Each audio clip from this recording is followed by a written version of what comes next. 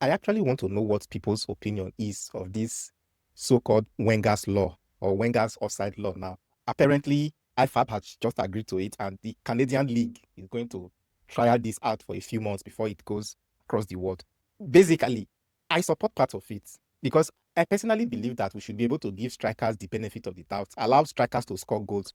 It's ridiculous that in the age of VAR now, you can be ruled offside because the tip of your nose is in front of the defender, which I don't think the striker gains any advantage by the tip of their toe or their toenail just being in front of the defender. There's no real advantage there. So I think strikers should have the benefit of the doubt in those situations.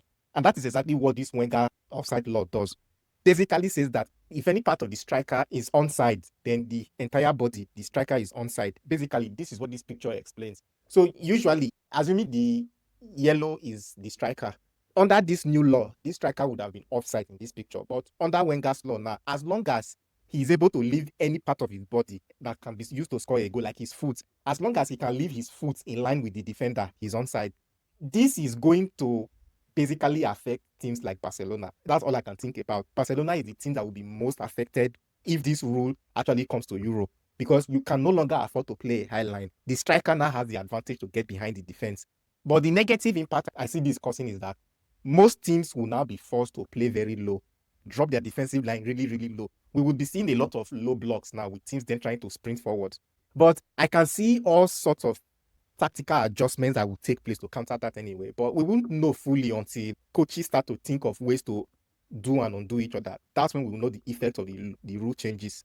In fact, one major rule that changed football like that tactically was when defenders, during goal kicks, defenders were not allowed to stay inside the box to receive the ball from the goalkeeper inside the box. Previously, the rule was that anybody who the goalkeeper wants to pass to must go outside the box.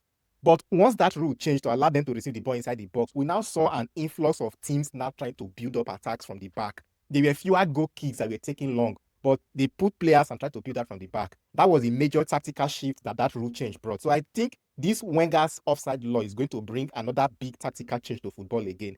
But what that change would be and what effect it will have, I think we have to wait until we see it in practice in Europe. I don't watch the Canadian League, so probably some of us will not know what effect it's going to have until when it eventually comes to Europe, or if it will even come at all. Because I know that UEFA has rejected that rule in the past, but let's see how it goes. But personally, let me know your thoughts. What are the merits and demerits of this particular rule change? Do you support it or not? Let's have that conversation.